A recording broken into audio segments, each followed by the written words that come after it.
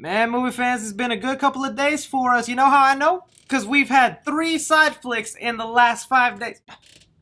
Someone is blessing us above. Hey guys, thanks so much for clicking on an episode of Side Flick. My name is Chris. Let's dive into all the movie news we got to discuss today. We have kind of a sucky update on Scream 5. We got some details on Disney and what they're working on, including a casting for one of their new live-action remakes. Even an update on them making a live-action Hot Wheels movie. That is so much more, guys. So many of your opinions on everything we discuss here today, from the good, the bad. Y'all have all been so supportive of Side Flick, and it just means the world to me. Don't forget to check out the other episodes. I usually don't post this many so close to each other just because the news has just been kind of dry, but lately we've been getting it good. Knock on wood, it stays like this. Alright, get into our first story here. I have to set the mood for you.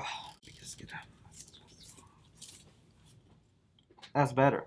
We have here kind of a rather sucky update on what's currently going on with Scream 5. Before getting to that sucky update though, I just want to say concerning Scream 5, you Scream Ghostface fans have been so awesome and supportive of the Scream 5 updates. I've got a couple on the channel that we've done since the movie is up in production. I can't believe we're finally actually getting this movie. You guys know I'm such a huge fan of this little white boy's face, and just seeing the community get so hyped and excited for this film means a lot to me, so thank you guys for being so supportive. Even to go ahead and commemorate that, since we're all upset this movie isn't being called Scream 5, we're changing it ourselves and making this one called 5 Cream. If you want to support the channel, I whipped these up last night, stayed up late making them. You can support the channel by getting some of this parody merch of 5 Cream. Trust me, I did one where I didn't have the cone right there, and it just didn't look right, so I added the cone. Alright, but to the bad news of what is going on with Scream 5 right now is that Deadline went ahead and reported, even though this thing just barely got off the ground, started shooting, 3 crew members have already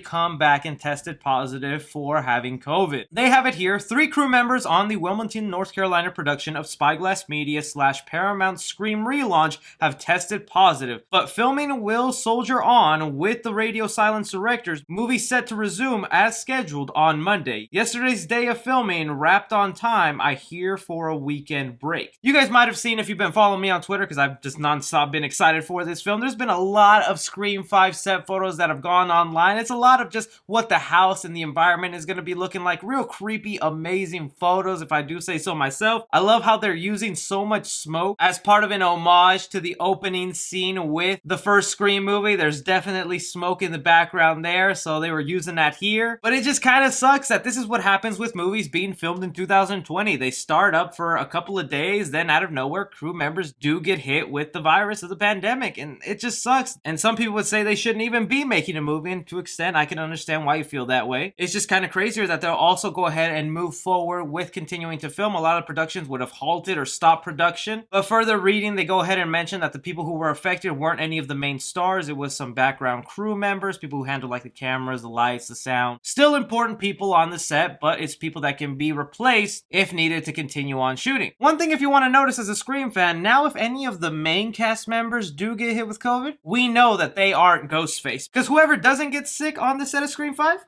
that means they were wearing a mask. A very conspicuous mask.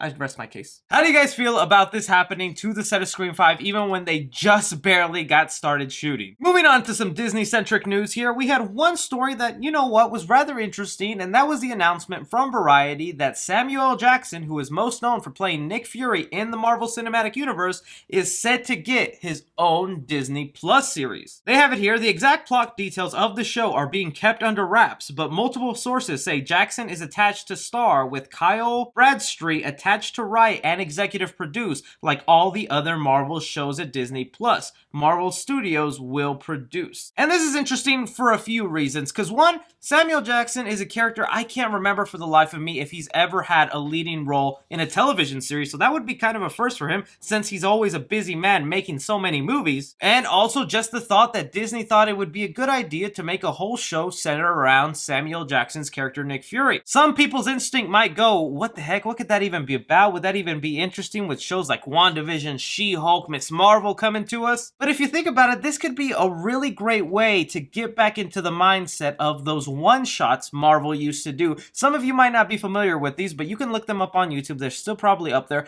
Marvel would used to do these little short films called one-shots, where they were random little stories in the Marvel Cinematic Universe. And one of my favorites was Coulson's character going to a gas station, picking up a Twinkie, and then he stops a couple of burglars who were trying to rob that gas station. It's a lot of fun to watch. It's just random stories within the Marvel Universe. I think that would be the perfect direction for this Nick Fury show if it's just about Nick Fury going ahead and having an anthology type style where every episode is just a different thing going on in the Marvel Cinematic Universe that we wouldn't get to regularly see in the movies. Because if we stick too much to the S.H.I.E.L.D. route, well, we already had about 7 seasons of an actual S.H.I.E.L.D. TV series, so they gotta do something different. And since these Disney Plus shows are big budget, we can expect a lot more action-packed stuff. So if it's anything like the scenes of Nick Fury in The Winter Soldier where he was being chased in that car, that was some entertaining stuff. I would love to see a show that is all like that. How do you guys feel about Disney Plus working on a Nick Fury TV show? The Disney news ain't over though. Let's move on ahead, and you snowflakes, get ready. We had The Hollywood Reporter come out and say that Yara Shahidi is to play Tinkerbell in Disney's live-action Peter Pan movie. Now, this Peter Pan movie is entitled Peter and Wendy, and it is adapting one of Disney's most famous animated movies, Peter Pan, one that I actually enjoy, even the sequel, Peter Pan and Wendy. And I'm sure this casting choice caught a lot of people off guard for obvious reasons that I don't need to say, but I just need to remind you guys, Tinkerbell is a made-up fairy tale creature whose race has nothing to do with the portrayal of the character. All you need to do to be Tinkerbell is sprinkle around some fairy dust, fly around, get mad at Peter Pan every now and then, and you have your Tinkerbell. This actress in particular, I did see her in the movie The Sun Is Also a Star, and I thought she did a great job on that. So I'm excited for that to happen. I'm still wondering who they're going to go ahead and cast to actually be Peter Pan. I know some of y'all are already typing it in the comments.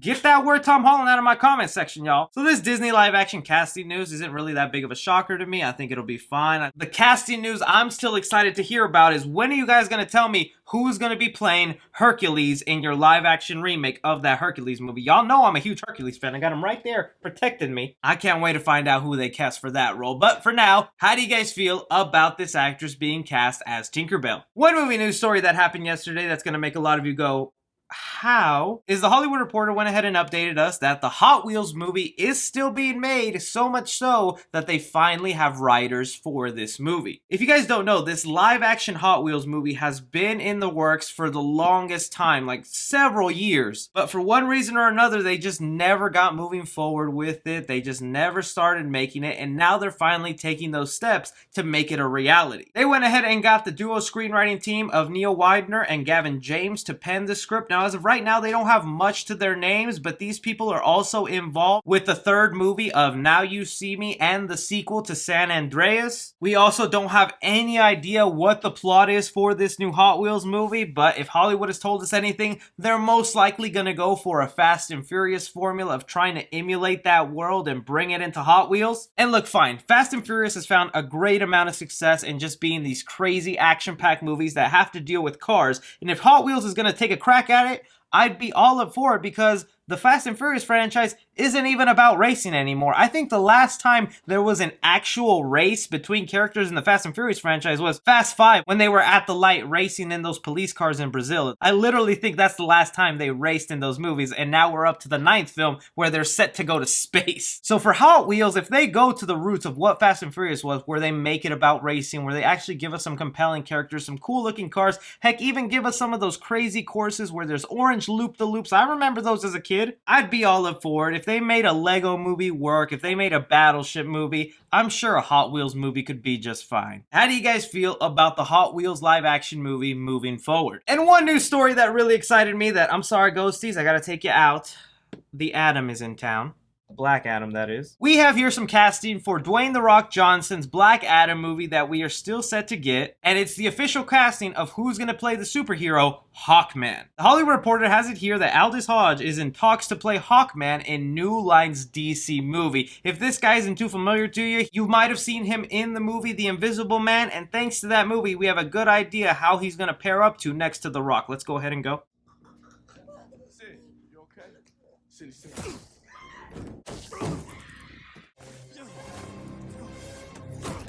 Okay, I think in that clip he was being beaten up by John Cena. And although Hawkman isn't a comic book character I'm too familiar with, the closest thing I know about this guy is all that I've seen in the Justice League animated series. But I can't deny, this is one awesome looking dude that I can't wait to see in live action form, with those wings, with that mace swinging around, even what kind of mask and costume they're gonna give him. Also the fact that he's gonna be part of the Justice Society of America, who is set to be fighting Black Adam in this film. We're gonna see this guy go neck and neck with Dwayne Johnson's character. So with him added, we know we have Dwayne Johnson as Black Adam. We know we have Noah Centineo playing Atom Smasher. And now this new actor playing Hawkman. How do you guys feel about the cast for the Black Adam movie? But that is just all the movie news we have currently going on right now, guys. I want to thank you so much for taking the time out of your day to watch these videos. It means so much to me. Don't forget to check out some of the channel merch in the description. If not, go ahead and check out some of the other videos we have. I also have those linked in the description or on the main channel page. Don't forget to like and subscribe for more movie related content. Follow me on Twitter at 3C Film Review. As always, I'm Chris.